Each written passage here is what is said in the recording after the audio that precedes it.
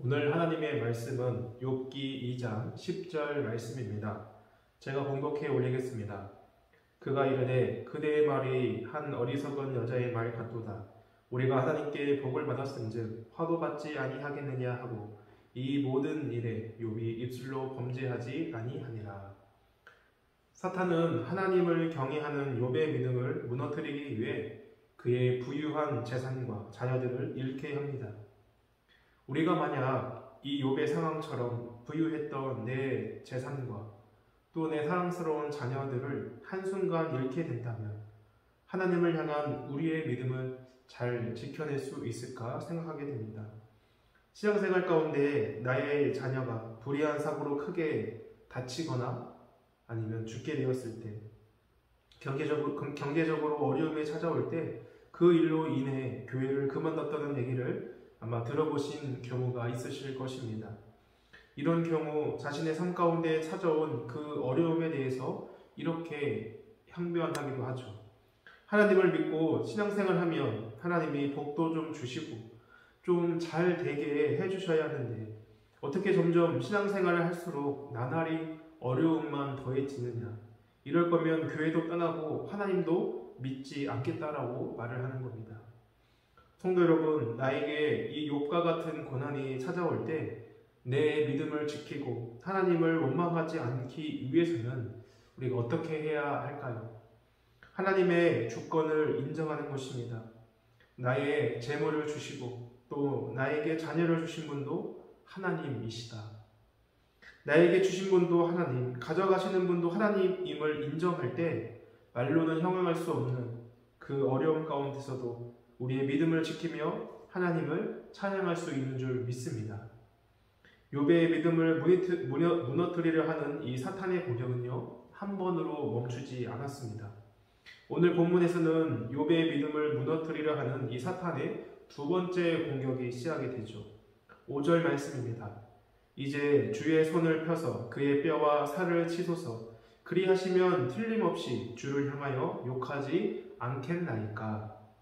사탄은 하나님께서 욥의 육체에 고난을 주신다면 분명 욥이 하나님을 향해 욕할 것입니다. 하나님을 향한 믿음을 저버릴 것입니다. 라고 얘기를 합니다. 하나님은 사탄의 이 요청을 받아들이시죠. 그러나 욥의 생명만은 해치지 말라 말씀하십니다. 이것을 통해 우리는요, 사탄의 특징 두 가지를 발견할 수가 있습니다. 하나는 사탄도 하나님의 허락을 받아야 움직일 수 있는 그런 존재라는 것입니다. 그리고 또 다른 하나는 우리의 믿음을 넘어뜨리기 위해 끈질기게 공격한다는 것이죠. 우리가 사탄의 한 공격을 이겨내면 또 다른 방법으로 우리의 믿음을 공격해 옵니다. 그렇다면 사탄의 공격은요, 언제 멈추게 될까요? 사탄에게 굴복해 버릴 때, 하나님을 향한 내 믿음을 저버릴 때 사탄의 공격은 멈추게 됩니다. 따라서 우리의 믿음을 지키는 한 사탄의 공격은요, 계속 될 것입니다. 그러므로 하나님을 믿는다는 이유로 아무런 시련도 없을 것이라고 우리는요, 여겨서는 안 되는 것이죠. 오히려 하나님을 믿기에 사탄의 공격으로 세상에 안 믿는 사람들에 비해 많은 시련이 올 수 있음을 우리는 알아야 하는 것입니다. 세상 사람들보다 믿음 생활을 하는 나에게 고난과 시련이 찾아올 때 우리는 이 사실을 기억하기를 바랍니다. 내 생명을 주관하시고 나를 구원한 그 하나님을 믿고 인정할 때, 그분의 주권을 인정할 때 어떠한 시련과 고난 중에서도 내 믿음을 지킬 수 있다는 것입니다. 이 사실을 믿고 하나님의 주권을 인정한 욥은요, 사탄의 그 두 번째 공격에서도 믿음을 지키게 됩니다. 본문 10절의 말씀입니다. 그가 이르되 그대의 말이 한 어리석은 여자의 말 같도다. 우리가 하나님께 복을 받았은즉 화도 받지 아니하겠느냐 하고 이 모든 일에 욥이 입술로 범죄하지 아니하리라. 악성 종기가 욥의 발바닥에서부터 머리끝까지 나게 되었습니다. 너무 가려워서 그 기와 조각으로 긁게 되죠. 욥의 아내는 이런 상황에서 무슨 믿음을 지키느냐고 당신이 믿는 하나님을 저주하고 죽으라는 그런 말까지 듣게 됩니다. 그 누구보다도 내 편에서 나를 이해해주고 위로받아야 할 그 배우자에게까지 이런 상황에서 무슨 믿음을 지키느냐고 그냥 하나님을 욕하고 죽으라는 그런 말을 듣게 된다면요, 아마 미칠 지경일 것입니다. 믿음이고 뭐고 다 내려놓고 죽고 싶을 것이에요. 그러나 욥은 뭐라고 고백합니까? 다시 보면 10절의 말씀입니다. 그가 이르되 그대의 말이 한 어리석은 여자의 말 같도다.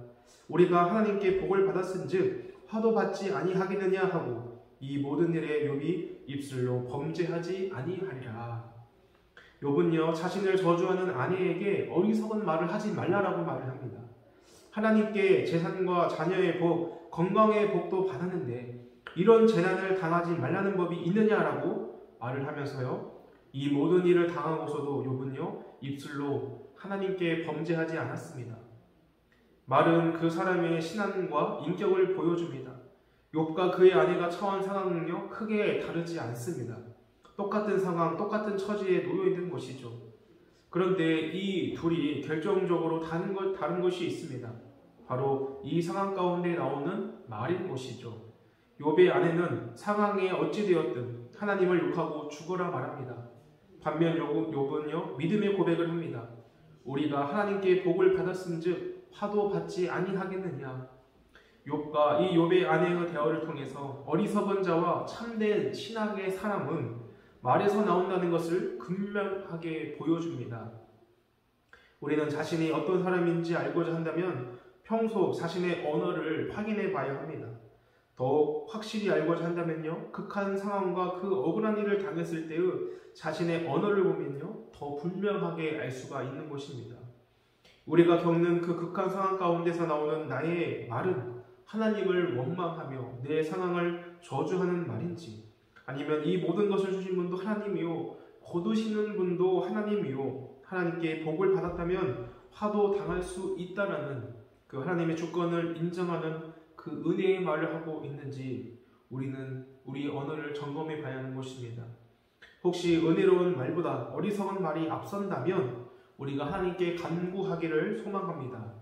주님, 제 입술에 파수꾼을 세우사 늘 은혜로운 말, 거룩한 말, 긍정적인 말, 그 말들이 내 입술을 다스리게 하여 주옵소서. 주님의 주권을 인정하는 그 믿음의 고백을 더하여 주옵소서. 욥이 입술로 범죄하지 아니하고 믿음을 지킬 수 있었던 이유는 바로 이 모든 것을 주기도 하고 걷어가시기도 하는 이 주님의 주권을 믿고 인정하였기 때문입니다. 우리도요, 이 욥의 믿음과 신앙을 가짐으로 어떠한 그 시련과 고난 가운데서도 하나님의 주권을 인정하며 믿음으로 승리하는 강한 용사들이 되시기를 주님의 이름으로 축원합니다. 우리 기도드리겠습니다. 아버지 하나님, 우리에게 시련과 고난이 찾아올 때 우리의 믿음을 잘 지킬 수 있도록 은혜를 더하여 주옵소서. 욥의 신앙의 고백이 나의 고백, 우리의 고백이 되게 하여 주옵소서. 나에게 이 모든 것을 주신 분도 하나님이시오, 이 모든 것을 거두어 가시는 분도 하나님임을 인정하는 그 주님의 주권을 인정하는 하나님의 자녀들 되길 원합니다. 하나님의 주권을 인정하는 가운데 그 고난 중에서도 하나님을 찬양하며 믿음으로 승리하는 강한 용사가 되게 하여 주옵소서. 모든 것 감사드리며 우리 주 예수 그리스도의 이름으로 기도드립니다. 아멘.